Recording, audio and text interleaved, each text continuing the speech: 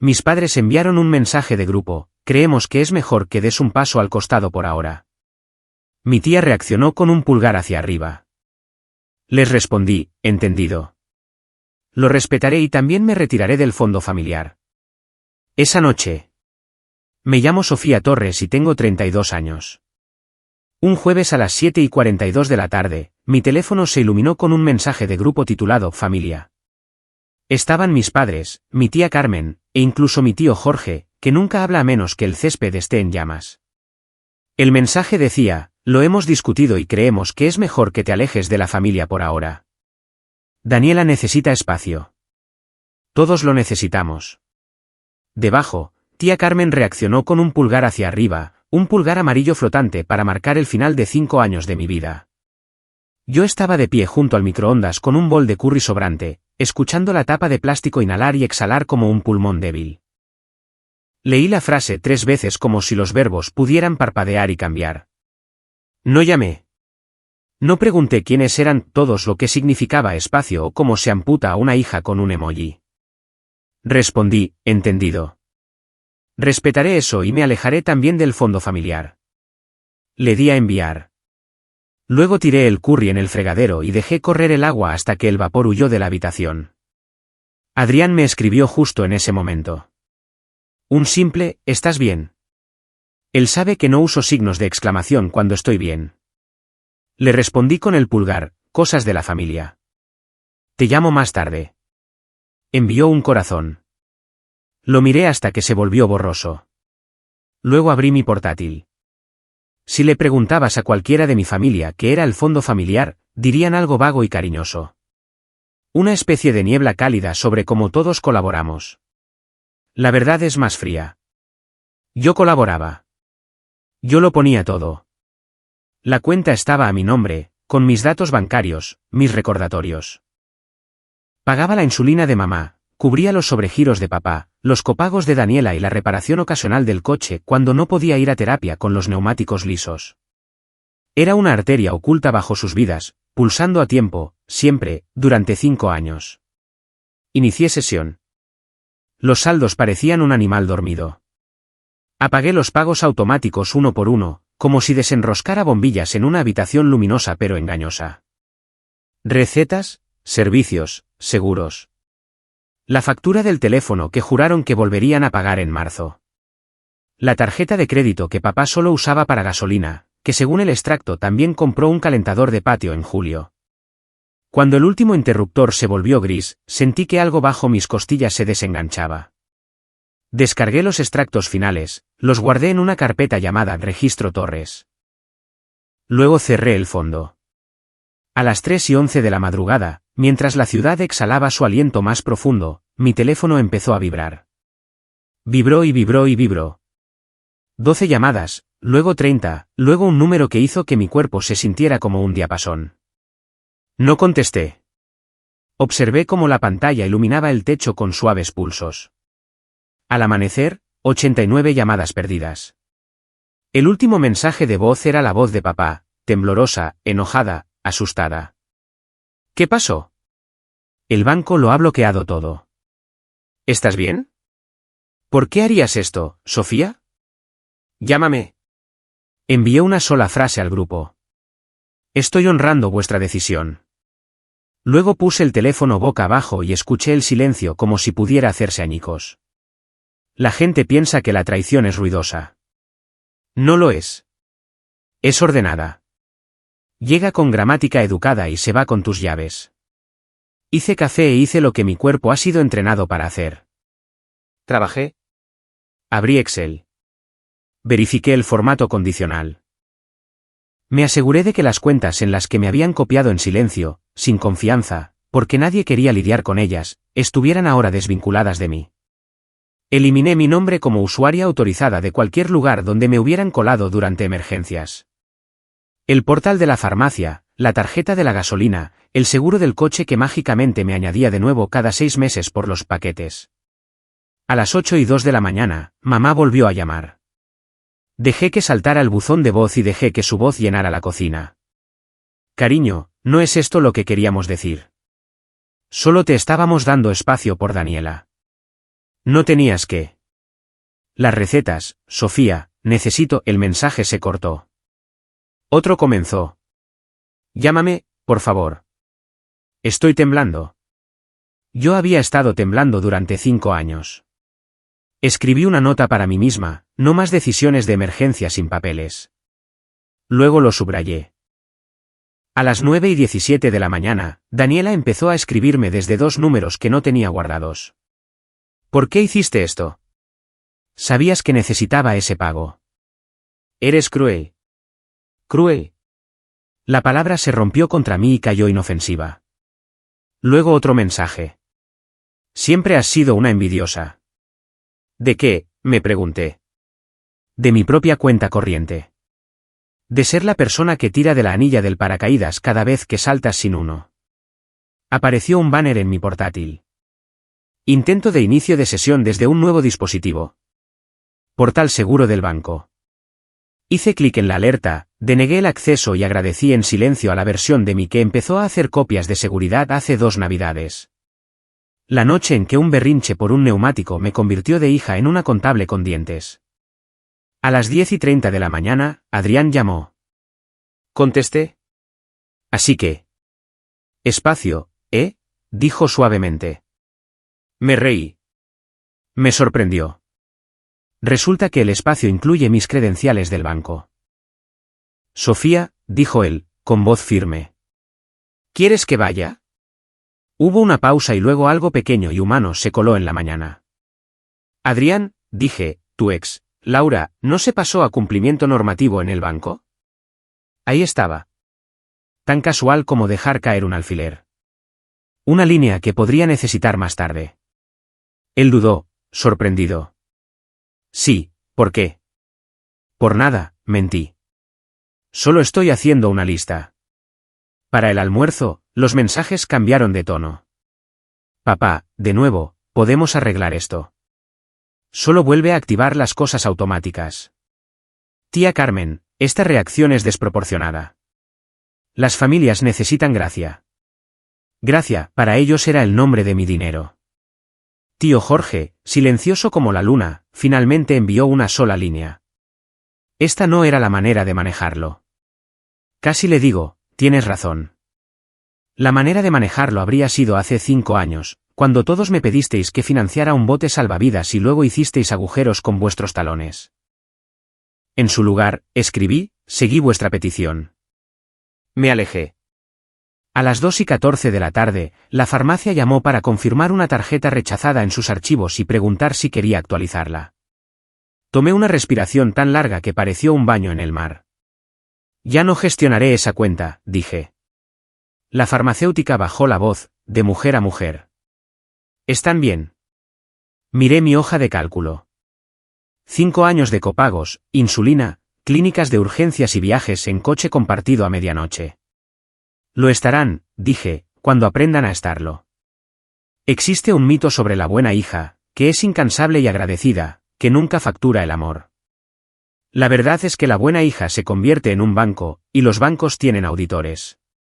Yo había empezado la mía hacía 2 años en silencio, después de que un mensaje de papá durante un sermón de ese más amable con Daniela me partiera como el hielo. No para castigarlos, sino para evitar que yo misma me cuestionara mi propia cordura. A las 4:53 de la tarde, el nombre de mi prima Valeria iluminó mi teléfono. Zoom esta noche 7 de la tarde puesta al día informal. Un jurado, pensé. Imaginé rostros encuadrados, perlas y bufandas, y el mismo suspiro pesado. Imaginé la carpeta de archivos en mi escritorio y sentí la paz más extraña. Me duché. Me puse un suave suéter negro que me hacía sentir como una puerta cerrada. A las 6:59 de la tarde, estaba en mi escritorio. El registro esperaba en una pila ordenada. Recibos, extractos, cronologías. Eché un vistazo a una nota adhesiva, eliminar todas las autorizaciones conjuntas. ¿Hecho? Cancelar tarjetas. ¿Hecho? Servicios cancelados. Abogado consultado. No quería pelear. Quería un límite que no sangrara. Justo antes de hacer clic en unirse a la reunión, llegó un último mensaje de papá. Cariño, ¿Qué hiciste? Escribí la respuesta que seguiría dando por el resto de mi vida. Lo que me pedisteis. Me alejé. Luego me uní y los rostros florecieron en mi pantalla como retratos en un museo de la negación. Para entender por qué ese mensaje se sintió como una traición, tendrías que retroceder 5 años, a la noche en que papá me llamó llorando desde el aparcamiento de una farmacia. Llovía tan fuerte que podía oírlo a través del teléfono, una percusión hueca contra su parabrisas. Sofía, dijo, con la voz quebrada. No admitirán a Daniela sin seguro. No lo va a lograr. Estamos sin un céntimo. Esa frase me cambió algo por dentro. A los 27, tenía una pequeña cuenta de ahorros que había estado cuidando como una planta de interior. Dinero para la entrada de una casa algún día o quizás un posgrado. Esa noche, la vacié. Cada céntimo. Pagué el depósito de rehabilitación de mi bolsillo. Y cuando Daniela lo superó, lo llamaron un milagro. Nadie dijo mi nombre. Nadie preguntó si yo estaba bien. La gratitud se disolvió en el momento en que volvió la estabilidad. Después de eso, las peticiones llegaron en silencio, como suaves toques en mi puerta. Solo hasta el viernes. Solo este mes. Es para la medicación de tu madre. Al principio, estaba orgullosa de poder ayudar. Luego se convirtió en algo esperado. La fábrica de papá le redujo las horas. Las recetas de mamá subieron de precio. Daniela alternaba trabajos y recuperaciones. Cada emergencia era un nuevo tipo de gravedad que me atraía. Una noche, papá sugirió, quizás deberíamos organizar algo, como un fondo de emergencia familiar. Eres tan buena con los números, cariño. Debería haber oído la advertencia en esa frase, pero en aquel entonces, pensaba que el control significaba seguridad, así que lo organicé. Un fondo familiar a mi nombre. Se sentía eficiente, responsable, incluso amoroso. Depósitos directos para la insulina de mamá. Transferencias automáticas para el colchón de la hipoteca de papá. Pagos al terapeuta de Daniela. Hice hojas de cálculo, etiquetas, códigos de color. Me llamaban la responsable. Querían decir la conveniente. Durante un tiempo, creí que esto me convertía en una buena hija. Era mi lenguaje del amor, hojas de cálculo y protección contra sobregiros. Me dije a mí misma que era solo hasta que Daniela mejorara. Solo hasta el ascenso de papá. Solo hasta que la diabetes de mamá se estabilizara. Pero el solo hasta se convirtió en años. Dejé de ir de vacaciones, cancelé Netflix. Aprendí que marca de avena se mantenía barata por más tiempo. Mi novio Adrián y yo solíamos bromear sobre cenas elegantes, que significaban cualquier cosa por encima de $10. Una vez dijo, Sofía, tratas a tu familia como clientes que nunca pagan sus facturas. Me reí. Luego lloré en la ducha para que no me oyera. Hace 2 navidades fue la primera grieta. Daniela pidió neumáticos nuevos el mismo mes que le pagué el alquiler. Cuando le dije que no podía, me llamó sentenciosa. Esa noche, papá me escribió, intenta ser más comprensiva. La recuperación es difícil. No sabes lo que es. Algo dentro de mí se heló. No discutí. Simplemente abrí mi portátil y empecé a documentar. Cada factura, cada transferencia, cada captura de pantalla. No para echárselo en cara, al menos no entonces, sino para recordarme a mí misma que era real, que no estaba loca, ni era tacaña, ni cruel. La hoja de cálculo creció hasta convertirse en algo que parecía la autopsia de mi generosidad. 14.000, 9.600 en rehabilitación y terapia, 9.600 en brecha hipotecaria, 27 copagos de insulina y urgencias, 2.800, 400 en emergencias del coche de Daniela, 400 en el problema dental temporal de tía Carmen. Había un patrón, cada vez que decían, te lo devolveremos cuando las cosas se calmen, algo nuevo se desestabilizaba. Aún así, me decía a mí misma que estaba bien. Estaba haciendo el bien. Estaba manteniendo a la familia unida. Hasta el año pasado, cuando Adrián y yo fuimos a ver Anillos de Compromiso. No en serio, solo soñando con el futuro. Hice mis números después y me di cuenta de algo nauseabundo. Tenía suficientes ahorros para comprar un anillo modesto hacía 2 años, antes del fondo. Ahora apenas podía cubrir un viaje de fin de semana. Empecé a sentir resentimiento como una fiebre baja, constante, invisible. Cuando el coche de Daniela se averió de nuevo, ofrecí consejo en lugar de dinero. Quizás véndelo y compra algo usado, más fiable. Se echó a llorar y dijo que la estaba avergonzando en su recuperación. Mamá me regañó por ser dura. Papá me dijo que me disculpara. Lo hice, porque ese era mi trabajo en la familia, la que arregla, financia y perdona. Pero después de eso, algo cambió. Empecé a notar cómo cada conversación tenía una etiqueta de precio. El «¿Cómo estás, cariño?» de mamá siempre terminaba con un suspiro sobre los costos de la insulina. Él solo llamaba para saber cómo estabas de papá generalmente llevaba «¿Crees que podrías adelantarnos algo hasta el lunes?» El «Te quiero, hermana» de Daniela era un código para «¿Puedes enviármelo esta noche?» La noche que finalmente lo entendí, estaba cuadrando el registro del fondo en mi portátil cuando noté el título que le había dado al archivo meses antes, Corazón Familia Torres XLSX. Lo miré fijamente hasta que el cursor parpadeante reveló la verdad. No era un corazón. Era una correa.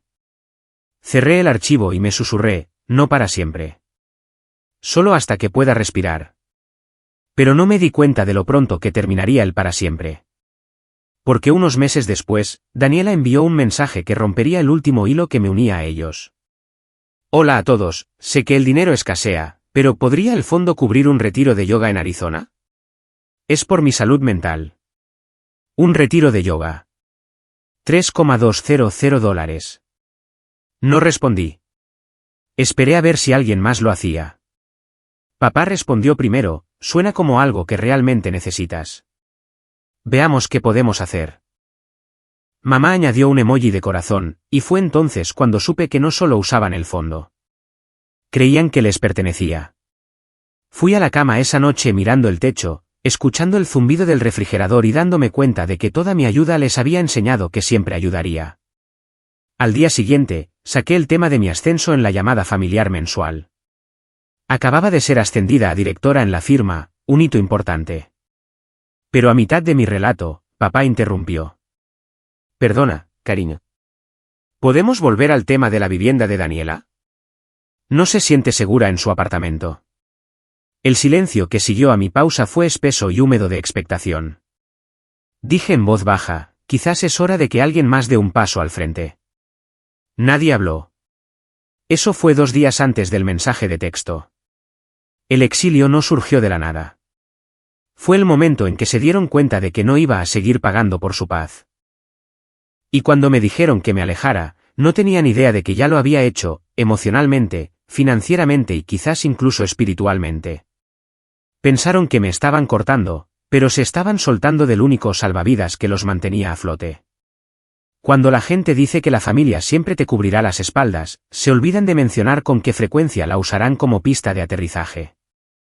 Después de esa solicitud del retiro de yoga, algo dentro de mí se rompió en silencio, limpiamente, como una cuerda que cede. Dejé de responder los mensajes de Daniela de inmediato. Quería ver qué revelaría el silencio. No tardó mucho. Papá llamó a la mañana siguiente, todo alegría y falsa calma. Hola, Sophie. Solo para ver si viste el mensaje de Dani. Estamos pensando que quizás el fondo puede cubrir la mitad. Ella se encargará del resto. ¿La mitad? Como si yo fuera un comité. Dije suavemente, papá, se supone que el fondo es para emergencias. Él se rió. La salud mental es una emergencia. Entonces quizás pueda hablar con un terapeuta, dije. No con un agente de viajes. Silencio. Luego ese suspiro de padre decepcionado. El que te devuelve a los 12 años. Has cambiado, Sofía. No discutí, porque tenía razón. Había cambiado. Esa noche, Adrián pasó por casa con comida para llevar. Dejó la comida en la encimera y dijo, tu teléfono ha estado iluminándose como si estuviera en llamas. Le mostré los mensajes. Daniela, mamá, papá. Todo culpa, cero responsabilidad. Leyó uno en voz alta, el de mamá. Solo queremos paz, cariño. No hagas esto más difícil. Levantó la vista. Paz para ellos significa tu silencio. Esa frase se quedó en mis huesos. Al día siguiente, recibí un correo electrónico del calendario del grupo familiar. Llamada de seguimiento mensual, jueves 8 de la tarde, con un emoji sonriente en el asunto. Me uní, pensando que tal vez querían hablar las cosas. No lo hicieron. En 5 minutos, Daniela secuestró la conversación. Creo que la energía de Sofía ha sido realmente tóxica últimamente. No es solo por el dinero, es la actitud. Actúas como si te debiéramos algo. Apreté la mandíbula. Nunca dije eso, Daniela. Mamá intervino. Cariño, quizás solo escucha primero. No, interrumpí. He estado escuchando durante años. He pagado para que todos vosotros siguierais hablando. Esta noche, me gustaría terminar una frase. Se quedaron en silencio. Papá se aclaró la garganta. Solo estamos preocupados. Estás sobrecargada de trabajo. Quizás deberías dar un paso atrás. Darle a todos espacio. Esa era la frase, dar un paso atrás. Lo sentí como un guión que se leía en voz alta. Sonreí con tensión. De acuerdo.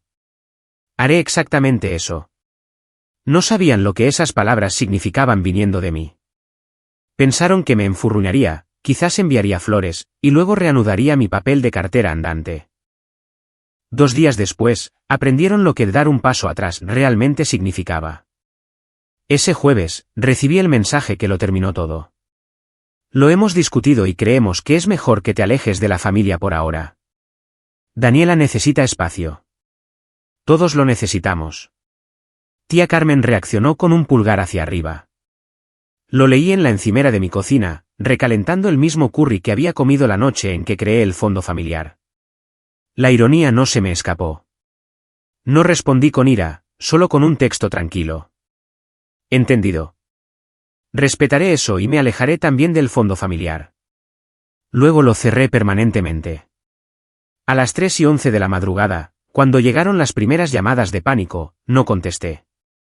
Al amanecer, los mensajes de voz se apilaban como escombros de una tormenta. La voz de Daniela, aguda y empapada en lágrimas. No puedes simplemente hacer eso. Mi alquiler vence. La de mamá, temblorosa. La farmacia dice que la tarjeta ha sido rechazada. Tengo miedo, Sofía. La de papá, furioso. ¿Qué diablos hiciste? La hipoteca rebotó. Y tía Carmen, en su tono favorito, condescendiente y tranquilo, estás actuando de forma infantil. Hablaremos cuando te calmes. No respondí porque no estaba actuando de forma infantil. Estaba ejecutando una decisión. En 24 horas, los primeros avisos de sobregiro llegaron a sus bandejas de entrada. Los servicios públicos rebotaron.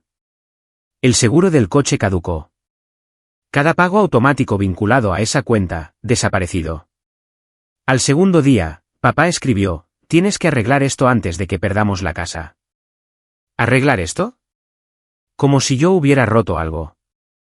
Nadie se dio cuenta de que durante 5 años había estado sosteniendo silenciosamente cada hilo de su estabilidad. En el momento en que lo solté, sus vidas comenzaron a desmoronarse. Y yo lo observé todo desde mi apartamento en silencio. Una extraña mezcla de desamor y liberación retorciéndose dentro de mí. La única llamada que respondí fue de Adrián. No me pidió que reconsiderara. Solo dijo, orgulloso de ti. Esa palabra, orgulloso, era algo que nunca había oído de mis propios padres sin una condición adjunta. Me hizo llorar. Para el sábado, Daniela dejó un mensaje de voz que comenzó como un susurro y terminó como un grito. Eres cruel, Sofía. ¿Disfrutas esto? ¿Te crees mejor que nosotros? Lo borré. Luego abrí mi portátil y redacté un breve mensaje a mi amiga abogada. Hipotéticamente, si un cotitular de una cuenta conjunta corta lazos, ¿qué protecciones debería tener? Aún no lo sabía, pero ese correo electrónico me salvaría más tarde. Para el domingo, mi prima Valeria envió un mensaje de grupo. Zoom familiar esta noche. Puesta al día informal. Casi podía oler la emboscada, pero me uní de todos modos. Quería que vieran cómo era cuando la buena hija finalmente dejaba de disculparse. Quería que enfrentaran lo que habían construido, un sistema que solo funcionaba si yo seguía sangrando. La pantalla de Zoom se cargó, los rostros en mosaico como un jurado. Los ojos de Daniela ya estaban rojos. Los labios de mamá, apretados. Papá caminaba detrás de su silla. Tía Carmen llevaba sus perlas como una armadura.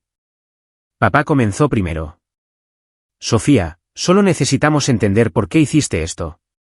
Sonreí educadamente. Oh, lo entenderéis. Me aseguré de ello. Porque a mi lado había una carpeta, Registro Torres, PDF. Y dentro había 5 años de recibos, pruebas y silencio que finalmente habían encontrado su voz. La llamada comenzó como una intervención disfrazada de preocupación. Valeria, siempre la pacificadora, sonrió con rigidez. Escuchemos todos a Sofía, ¿de acuerdo? Podía sentir su inquietud a través de la pantalla. La forma en que Daniela se secaba lágrimas invisibles. La forma en que papá rondaba detrás de mamá como un guardaespaldas. Tía Carmen se sentó en el centro del encuadre, sus perlas brillando, bebiendo algo que parecía sospechosamente celebratorio. Papá comenzó primero. No tenías que cancelar el fondo, Sofía. Podrías haber hablado con nosotros. No lo cancelé, dije con calma. ¿Lo cerré? Estaba a mi nombre, mis datos bancarios, mi responsabilidad. El tono de mamá se quebró entre la culpa y la furia. Ese dinero nos mantenía con vida. No, respondí. Yo os mantenía con vida. El fondo era solo el instrumento. Daniela se inclinó hacia adelante, con la voz temblorosa. Estás exagerando. Hiciste todo sobre el control, como si fueras mejor que nosotros. Sonreí débilmente. Lo hice sobre la responsabilidad. Papá se cruzó de brazos. Confiábamos en ti, Sofía. Abrí la carpeta a mi lado e hice clic en compartir pantalla. Filas de cifras llenaron el monitor. Líneas codificadas por colores de pagos de alquiler, facturas de terapia, trabajos dentales, copagos. En la parte superior de la hoja brillaba un título, Registro Torres, XLSX. Vaya, susurró mi prima Valeria. ¿Quién guarda todo esto? La boca de tía Carmen se torció. Alguien a quien le encanta restregarle las cosas a la gente. La miré a los ojos. Alguien que sabía que un día la llamaríais mentirosa. Me desplacé lentamente. Cada número, cada fecha, cada nota de un reembolso prometido resaltado en gris. Mamá jadeó suavemente cuando vio sus propias recetas listadas mes tras mes. El rostro de papá se puso del color del papel. Hablé en voz baja, no para causar efecto, sino por claridad. Estos son 5 años de lo que llamasteis ayuda. Es lo que mantuvo vuestras luces encendidas, vuestro seguro activo y vuestros coches fuera del depósito. Queríais transparencia. Aquí la tenéis. La voz de Daniela se quebró. No tenías que humillarnos. No lo hice, dije. Os protegí, hasta que dejasteis claro que yo era la única que tenía que hacerlo. Luego cambié de pestaña. Una hoja de cálculo más pequeña, la hoja que pasaría si que Adrián me había ayudado a construir, y revelé los totales, $187,421. La respiración de mamá se entrecortó. Papá se alejó de la cámara como si el número fuera radioactivo. Nos has estado vigilando, susurró mamá. No, dije. He estado guardando pruebas de que no estaba imaginando cosas. Las lágrimas de Daniela desaparecieron. La rabia tomó su lugar. Solo estás amargada. Nadie te da una medalla por ser responsable. ¿Crees que el dinero te hace mejor? No, dije, pero es lo único por lo que alguna vez vinisteis a mí. El silencio se expandió, frágil y amplio. Cerré la hoja de cálculo y miré directamente a la cámara. Me dijisteis que me alejara. ¿Lo hice? No os disteis cuenta de cuánto de vuestro mundo estaba atado a mi firma. La voz de papá se elevó. ¿Y qué? ¿Quieres que te roguemos? No, respondí. Quiero que aprendáis a vivir sin agotarme. Luego, deliberadamente, levanté una pila de formularios impresos. Los que mi amiga abogada había redactado. Ya he contactado al banco. Todas las autorizaciones conjuntas están eliminadas. Las tarjetas de crédito compartidas, canceladas. Los servicios y seguros, separados. También he presentado la documentación para disolver cualquier vínculo legal entre yo y el fideicomiso familiar. Los ojos de mamá se abrieron de par en par. No lo harías. Ya lo hice. Tía Carmen soltó una risa aguda. Eres tan dramática, Sofía. Las familias pasan por malas rachas. Las familias, dije con ecuanimidad, no forjan la dependencia. Por primera vez, la voz de papá vaciló. No tenías que hacerlo legal. Sí, tenía que hacerlo, dije suavemente. Porque el amor sin límites se convierte en deuda. La sala en mi pantalla se congeló. Nadie sabía qué decir. El rímel de Daniela corría por sus mejillas. Mamá miraba a algún lugar fuera de la pantalla, como si buscara una versión de mí que aún pudiera manejar. Sentí la calma más extraña. Años de tragar culpa me habían hecho fluida en el silencio. Ahora, decir la verdad se sentía como respirar por primera vez. Tía Carmen finalmente resopló. ¿Crees que el dinero lo es todo? No, dije. Pero el respeto generalmente comienza pagando lo que debes. Luego dejé de compartir la pantalla. Sofía, dijo papá. Esto es cruel. Incliné la cabeza. No, cruel fue dejarme creer que el amor tenía un balance. Y antes de que alguien pudiera responder, hice clic en salir de la reunión. El silencio posterior fue profundo y limpio. Mi reflejo en el monitor en blanco parecía extraño. No enojado, no triunfante, solo libre. Esa noche, esperaba que el arrepentimiento se colara por las grietas. En cambio, solo hubo quietud. No más teléfono vibrando, no más notificaciones de crisis, solo el zumbido silencioso de mi refrigerador y la leve conciencia de que, por primera vez en años, cada factura vinculada a mi nombre era solo mía. Dormí toda la noche. Pero por la mañana, esa paz se acabó. Porque cuando revisé mi bandeja de entrada, un nuevo mensaje esperaba. Sin asunto, solo una dirección que no reconocí. denorepli@tempbosmail.com. Asunto, ninguno. Cuerpo, has arruinado todo. Y adjunto, un PDF llamado id-fiscal-fondo-torres, PDF. Cuando abrí el adjunto, se me heló el estómago. No eran solo números. Eran papeles. Páginas de formularios con mi nombre impreso nítidamente en la parte superior. Una firma falsificada.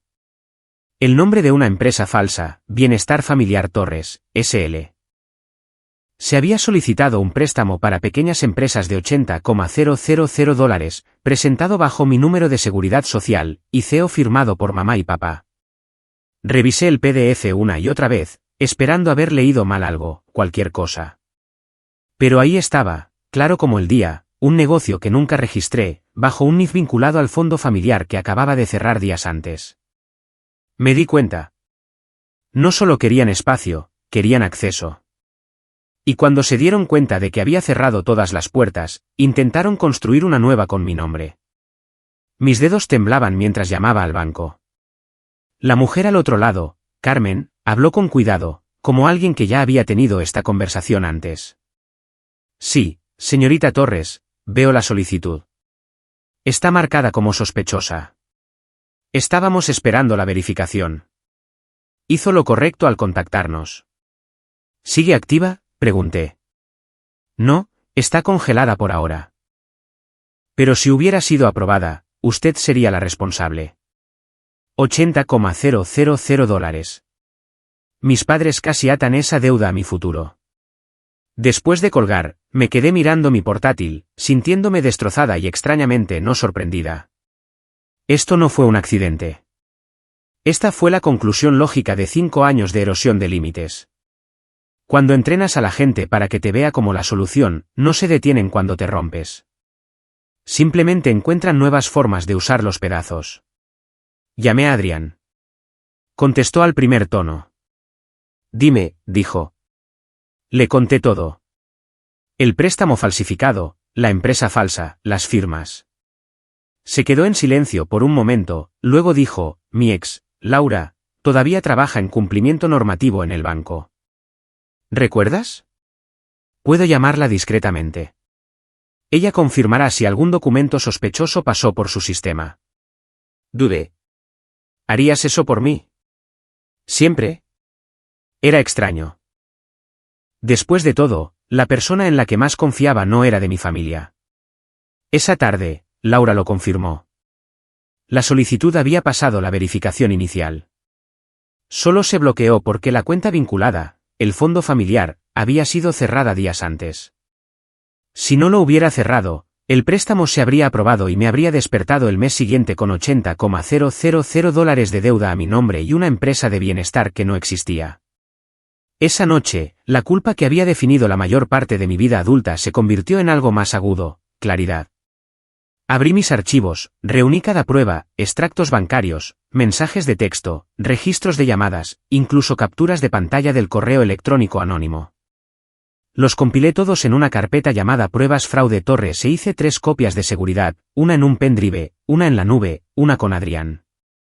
Luego, presenté denuncias oficiales en el banco, la policía y Hacienda. El proceso fue estéril, procedimental.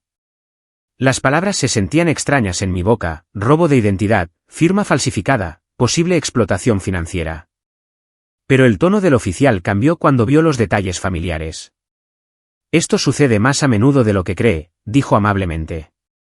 Le di las gracias, pero me ardía la garganta. 2 días después, Daniela llamó desde un número nuevo.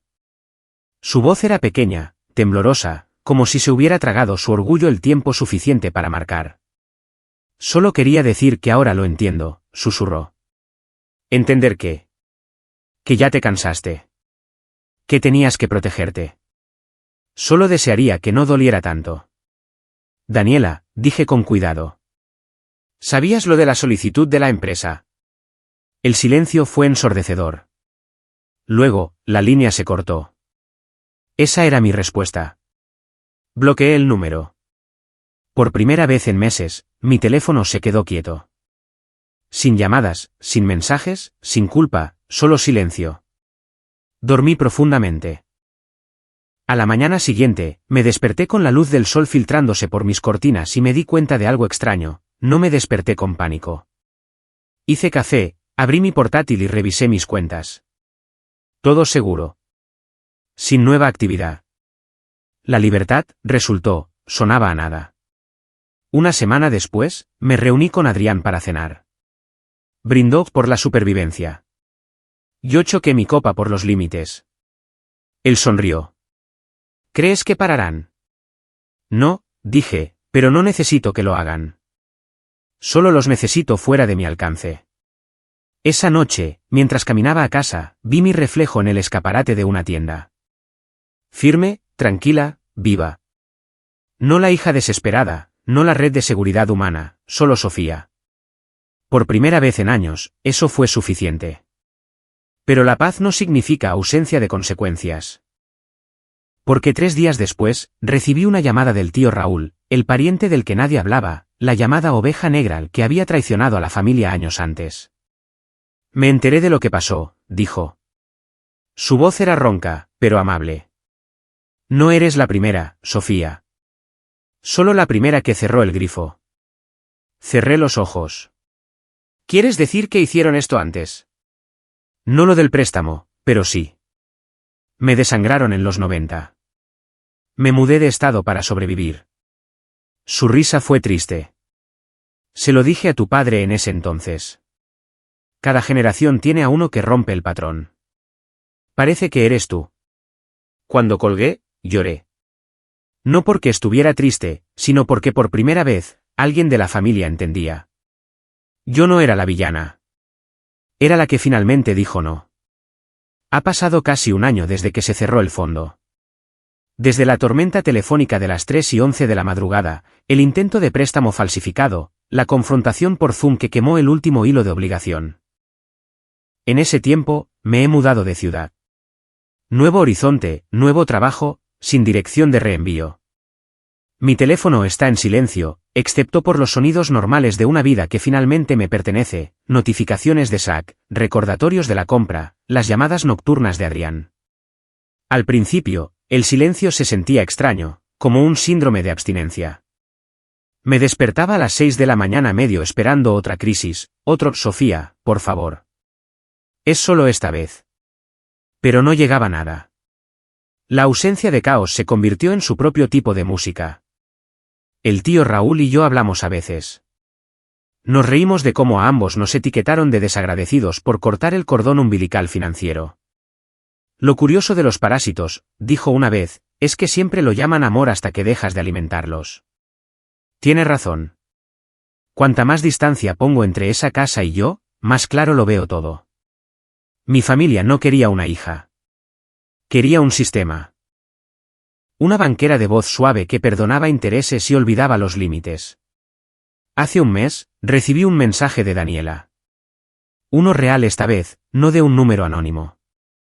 Estoy en terapia. Sé que no responderás, pero quería decir que lo siento. Había un archivo adjunto, una foto de su nuevo apartamento.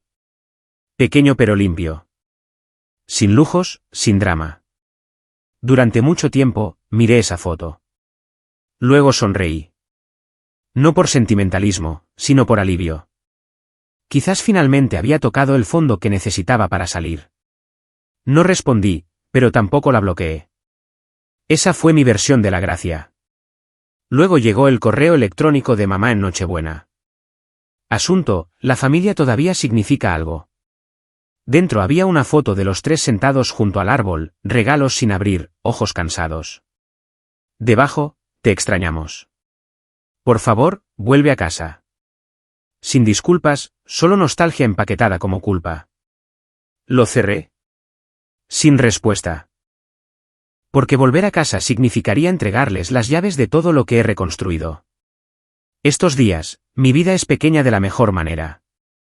Alquilo un modesto apartamento con ventanas altas y un suelo que cruje y canta cuando camino descalza sobre él. Adrián y yo cocinamos cenas en lugar de pedir comida para llevar.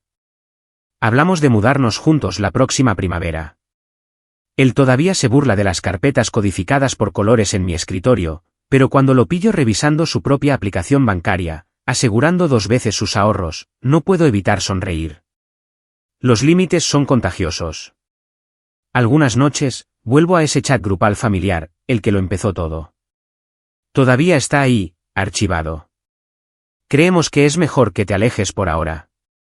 El pulgar hacia arriba de tía Carmen brilla como un fósil. Nunca lo borré. No por amargura, sino como prueba de que los finales no siempre necesitan un cierre. A veces, el silencio es la frase completa.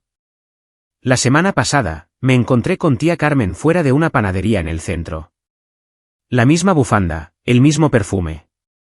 Me miró de arriba a abajo como si esperara un disparo de advertencia. Sofía, dijo con una cortesía tensa. Te ves diferente. Lo estoy, respondí. Podrías haber manejado las cosas en privado, ya sabes. Sonreí. ¿Lo hice? Simplemente no os gustó el resultado.